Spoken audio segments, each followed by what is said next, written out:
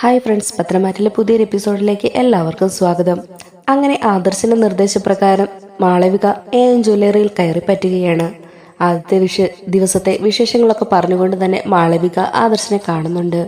അതിൻ്റെ കൂട്ടത്തിൽ ആദർശിനോട് മാളവിക പറയുന്നുണ്ട്, ആദ്യം തന്നെ നവ്യ ദയനേച്ചി അയച്ചു തന്ന ഡിസൈൻസൊക്കെ ഞാൻ ആ പുള്ളിയെ കാണിച്ചിരുന്നു, ആ ഡേവിഡിനെ. അയാൾക്ക് ഇതിനെപ്പറ്റി വലിയ ഗ്രാഹ്യമൊന്നുമില്ലാതെ തോന്നുന്നു. ശരിക്കും ആദ്യം അയാൾ വളരെ പുച്ഛിച്ചാണ് എന്നോട് സംസാരിച്ചത്. അവർ ഈ ഡിസൈനൊന്നും സെലക്ട് ചെയ്യല എന്നൊക്കെ പറഞ്ഞുള്ള രീതിയിൽ. അതിനുശേഷം ആ ഡിസൈനൊക്കെ മറ്റൊരാൾക്ക് അയച്ചു കൊടുക്കുകയും അവരുടെ റിസൾട്ട് വന്നതിന് ശേഷമാണ് എൻ്റെ ഒരെണ്ണമെങ്കിലും അവർക്ക് ഇഷ്ടപ്പെട്ടു, തന്നെ അപ്പോയിൻ്റ് ചെയ്തിരിക്കുന്നു എന്നുള്ള രീതിയിലൊക്കെ സംസാരിച്ചിരിക്കുന്നത്. അപ്പോൾ ആദർശ് ചോദിക്കുന്നുണ്ട്, ആഹാ, അങ്ങനെ വരാൻ വഴിയില്ലല്ലോ. ഒരു ജ്വല്ലറി നടത്തിപ്പുകാരന് അതിൻ്റെ ഡിസൈനെ പറ്റിയൊക്കെ നല്ല ധാരണയുണ്ടെങ്കിൽ മാത്രമേ നല്ല രീതിയിൽ സെയിൽസ് പോലും നടക്കുകയുള്ളൂ, ഒരു കമ്പനി അങ്ങനെ ലോഞ്ച് ചെയ്യാൻ പറ്റുള്ളൂ. അങ്ങനെയുള്ളപ്പോൾ ഇയാൾക്ക് ഒന്നും അറിയില്ലെന്ന് പറഞ്ഞ്, അത് സാർ അറിയില്ല, സാറിൻ്റെ സംശയം പോലെ തന്നെ ഇയാളുടെ തലപ്പത്ത് വേറെ ആരോ ഉണ്ട്, അതുകൊണ്ടാണ് അവരാണ് ഇതൊക്കെ നല്ല രീതിയിൽ മുന്നോട്ട് നയിക്കുന്നത്. അതുമാത്രമല്ല, ആ ഡിസൈൻസൊക്കെ കണ്ടതിന് ശേഷം അവർ പറഞ്ഞിരിക്കുന്നത് മാളവിക എന്ന പേരിൽ തന്നെ പുതിയൊരു കളക്ഷൻസ് ഉണ്ടാക്കുക എന്നുള്ളതാണ്. നയനാസ് കളക്ഷൻസിന് എതിരായിട്ട് മാളവിക കളക്ഷൻസ് ഇപ്രാവശ്യത്തെ വിഷു അവർ തന്നെ നേടിയെടുക്കുമെന്നാണ് അവരുടെ സംസാരത്തിലൂടെ എനിക്ക് മനസ്സിലായത്. അപ്പോൾ ആദർശ് പറയുന്നുണ്ട്, നമുക്ക് നോക്കാം, അല്ലെങ്കിലും ഇപ്രാവശ്യത്തെ വിഷുവിൽ എനിക്ക് വലിയ പ്രതീക്ഷയൊന്നുമില്ല. എന്നാലും അനി MD ആയി കയറിയ സമയമായതുകൊണ്ട് അത് ഒരുപാടങ്ങ് താഴേക്ക് പോകരുതെന്ന് ആഗ്രഹവുമുണ്ട്.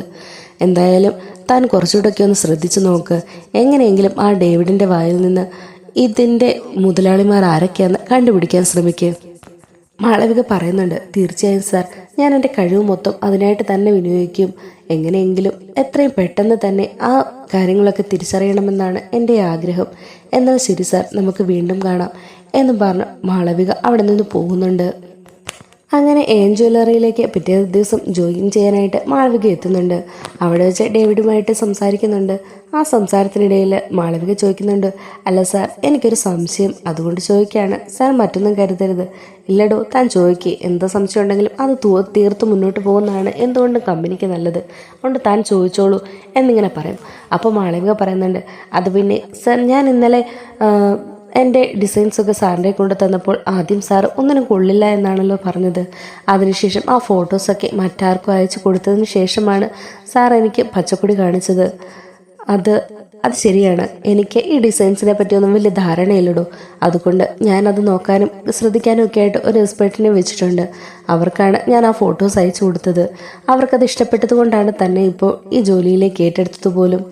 അതല്ല സാർ, ഇത്രയും നല്ലൊരു കമ്പനി, അതും ഗോൾഡിൻ്റെ, അത് നിലനിന്ന് പോകണമെങ്കിൽ പോലും ഇതേപോലെ ഡിസൈൻസിനെ പറ്റിയും അതിൻ്റെ മറ്റു കാര്യങ്ങളെപ്പറ്റിയൊക്കെ നല്ല ധാരണയുണ്ടെങ്കിലല്ലേ നടക്കുകയുള്ളൂ. അതൊട്ടും ഇല്ലയെന്ന് സാറ് പറയുകയും ചെയ്യുന്നു. അപ്പോൾ ഇത്രയും വലിയൊരു കമ്പനി എങ്ങനെ ഇങ്ങനെ ലോഞ്ച് ചെയ്തുകൊണ്ട് പോകാൻ സാധിക്കുന്നു? എടോ, അതിനാണ് എന്നോട് ഞാൻ പറഞ്ഞത്, ഞാൻ നല്ല എക്സ്പേർട്ടിനെ വെച്ചിട്ടുണ്ടെന്ന്. അവരാണോടോ എൻ്റെ ഗോഡ് ഫാദർ എന്നിങ്ങനെ ഡേവിഡ് പറയുന്നുണ്ട്. ഇത് കേൾക്കുമ്പോൾ തന്നെ മാളവികയ്ക്ക് കാര്യം ഉറപ്പാവുകയാണ്. ഇയാൾക്ക് മുകളിൽ മറ്റാരോ ഉണ്ട്, ഈ കമ്പനിയെ നയിക്കുന്ന അതിബുദ്ധിമാനായ മറ്റൊരു മനുഷ്യൻ എന്നിങ്ങനെ മാളവിക ഉറപ്പിക്കുകയാണ്. അപ്പോൾ വീണ്ടും മാളവിക ചോദിക്കുകയാണ്, അല്ല സാർ, ഞാൻ എൻ്റെ സംശയം കൊണ്ട് ചോദിക്കുകയാണ്. സാറാണ് ഈ കമ്പനിയുടെ MD എങ്കിൽ അതിനു മുകളിൽ സാറിനെ നിയന്ത്രിക്കാൻ മറ്റൊരാളോ? എന്താണ് സാർ ഇത്? അപ്പോൾ ഡേവിഡ് പറയുകയാണ്, താനും ഈ കുടുംബത്തിലെ ഒരംഗമായി മാറിയത് കൊണ്ട് തന്നെ ഞാൻ സത്യം പറയാം. അത് മറ്റൊന്നുമല്ല, ശരിക്കും പറഞ്ഞാൽ ഞാൻ ഈ MD കസേരയിൽ ഇരിക്കുന്നു എന്ന് മാത്രമേ ഉള്ളൂ. ഇതിൻ്റെ ഓണറും നടത്തിപ്പുകാരനും എല്ലാം വേറൊരാളാണ്. അയാളുടെ പേര് നാഗേന്ദ്രൻ എന്നാ. ശരിക്കും അയാളെപ്പറ്റി ആർക്കും തന്നെ ഒന്നും അറിയില്ല, ആരോടും അയാളൊന്നും പറഞ്ഞിട്ടുമില്ല. തിരശ്ശീലയ്ക്ക് പിറകിലിരുന്നാണ് അയാൾ കാര്യങ്ങളൊക്കെ നിയന്ത്രിക്കുന്നത്. താനിതൊന്നും ഒരിക്കലും പുറത്തു വിടരുത് എന്നിങ്ങനെ പറയുന്നുണ്ട്. അപ്പോൾ മാളവിക പറയുന്നുണ്ട്, ഞാനൊരിക്കലും പറയില്ല. അതുമല്ല, ഈ നാഗേന്ദ്രൻ അങ്ങനെ ഒരു പേര് ഈ ഇൻഡസ്ട്രിയിൽ ഇതിനു മുമ്പ് കേട്ടിട്ടേ ഇല്ലല്ലോ. അതൊക്കെ ശരിയാണ്, കാരണം ഇതുവരെയുള്ള ജ്വല്ലറിയുടെ ഒരു ബ്രാഞ്ചിൽ പോലും അദ്ദേഹം നേരിട്ടെത്തിയിട്ടില്ല. അദ്ദേഹത്തിൻ്റെ ഡീലിങ്സും കാര്യങ്ങളും ഒക്കെ നടത്തുന്നത് ഞാനാണ്. എന്നിലൂടെയാണ് അദ്ദേഹം ഇവിടം വരെ എത്തിച്ചിരിക്കുന്നത്. അപ്പോൾ മാളവിക ചോദിക്കുന്നുണ്ട്, അതെന്തിനാണ് സാർ ഇത്രയും വലിയൊരു കമ്പനിയുടെ ഓണറായിട്ട് അദ്ദേഹം ഇങ്ങനെ ഒളിച്ചിരിക്കുന്നത്, പുറത്തു വരാതിരിക്കുന്നത്? അപ്പോൾ ഡേവിഡ് പറയണ, അതിനൊക്കെ ഒരു കാരണമുണ്ടോ, അതിന് സമയമാകുമ്പോൾ അദ്ദേഹം പുറത്തു വന്നോളും. തൽക്കാലം താൻ ഈ കാര്യങ്ങളൊന്നും ആരോടും പറയണ്ട. എല്ലാവരുടെയും കണ്ണിൽ ഞാനാണ് ഇപ്പോഴും ജ്വല്ലറിയുടെ MD. ഓണർ അതങ്ങനെ തന്നെ ഇരുന്നാൽ മതി. തന്നോടായതുകൊണ്ടാണ് ഞാൻ ഇത്രയും കാര്യങ്ങൾ പറഞ്ഞത് എന്നിങ്ങനെ മാളവികയോട് ഡേവിഡ് പറയുകയാണ്. എന്തായാലും താൻ ഇതേപോലെ ഭാരിച്ച ജോലിയെക്കുറിച്ചൊന്നും അന്വേഷിച്ചുകൊണ്ടിരിക്കാതെ തന്നെ ഏൽപ്പിച്ച ജോലി താൻ ഭംഗിയായിട്ട് ചെയ്യുക. അതാണിപ്പോൾ തനിക്ക് കിട്ടിയേക്കുന്നത്. അറിയാലോ, തനിക്ക് എങ്ങും കിട്ടാത്ത സാലറിയാണ് ഏഞ്ചലറി ഓഫർ ചെയ്തിരിക്കുന്നത്, അതുപോലെ ഒരു ബ്രാൻഡ് നെയിം പോലും. അതുകൊണ്ട് തന്നെ തൻ്റെ ജോലിയിലുള്ള കഴിവ് ഇവിടെ തെളിയിച്ചേ പറ്റുള്ളൂ. അപ്പോൾ മാളവിക പറയുന്നുണ്ട്, തീർച്ചയായും സർ, ഞാൻ എൻ്റെ കഴിവിൻ്റെ പരമാവധി ഏഞ്ചലറിക്ക് വേണ്ടി ഡിസൈൻ വരച്ച് തന്നെ. ഓക്കെ, അതായിരിക്കണം തൻ്റെ ലക്ഷ്യം.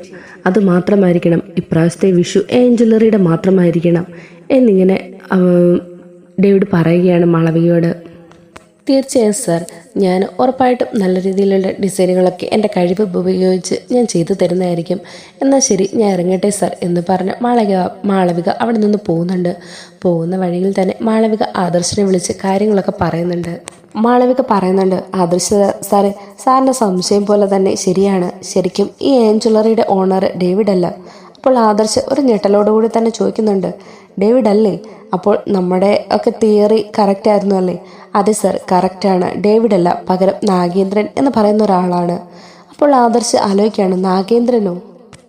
അതെ സർ, നാഗേന്ദ്രൻ. ഞാൻ സാറിനോട് പറഞ്ഞില്ലേ, ഞാൻ കാണിച്ച ഡിസൈൻസൊക്കെ അയാൾ മറ്റൊരാൾക്ക് അയച്ചു കൊടുത്തതിന് ശേഷം അവിടുന്ന് അപ്രൂവൽ കിട്ടിക്കഴിഞ്ഞപ്പോഴാണ് ഇതിന് സമ്മതിച്ചതെന്ന്. അതുകൊണ്ട് അതാരാണെന്ന് ഞാൻ അയാളോട് ചോദിച്ചപ്പോഴാണ് അയാൾ പറഞ്ഞത് അയാളാണ് ഈ കമ്പനിയുടെ ഓണർ എന്നും നാഗേന്ദ്രൻ എന്നാണ് പേരെന്നും. പക്ഷേ അയാളെ ഇതുവരെയും ഈ ഒരു ബ്രാഞ്ചിലുള്ള ഒരു സ്റ്റാഫ് പോലും നേരിട്ട് കണ്ടിട്ടേ ഇല്ല. അങ്ങനെ ഒരു ഓണറുള്ള വിവരം ആർക്കും തന്നെ അറിയുകയുമില്ല എന്നിങ്ങനെ പറഞ്ഞിട്ടുണ്ട്. എന്നാൽ അയാളിങ്ങനെ മറിഞ്ഞിരിക്കുന്നതിൻ്റെ കാരണം എന്താണെന്ന് അതുമാത്രം അവരെന്നോട് പറഞ്ഞില്ല. അതുമാത്രവുമല്ല സാർ, അയാൾക്ക് ഒരു മകളുകൂടിയുണ്ട്. മകളും കൂടി ഇഷ്ടപ്പെട്ടതിന് ശേഷം മാത്രമാണ് ഈ ഡിസൈൻസൊക്കെ അയാൾക്ക് ഇഷ്ടപ്പെട്ട് ഓക്കെ ആണെന്ന് പറഞ്ഞത്. അപ്പോൾ ആദർശ് പറയുന്നുണ്ട്, ഓ അതെയോ, നാഗേന്ദ്രൻ, നല്ല പരിചയമുള്ള പേര്, എവിടെയോ കേട്ടു മറക്കുന്നത് പോലെ, എന്നാൽ ഒരു ഓർമ്മ വരുന്നുമില്ല.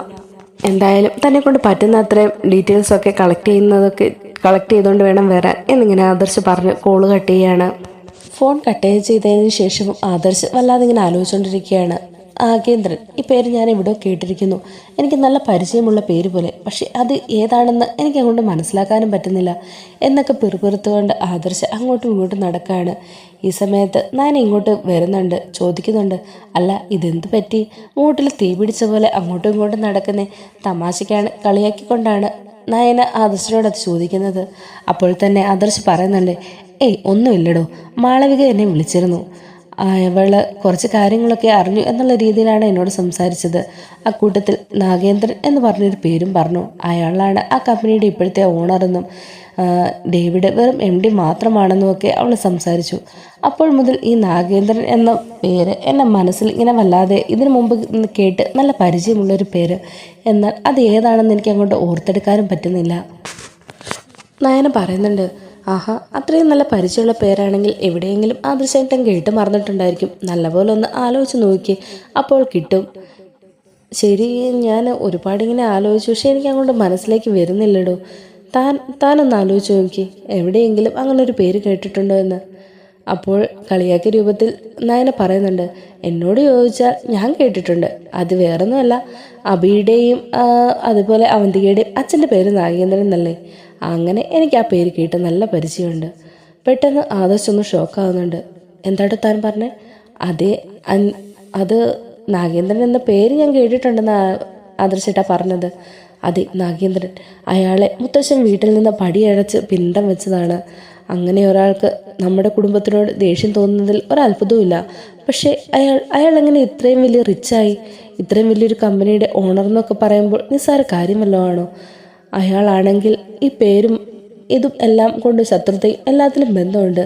എന്നാൽ അയാൾ എങ്ങനെ ഇത്ര പെട്ടെന്ന് ഇത്രയും കാശുകാരനായി എന്ന് മാത്രം അറിയില്ല.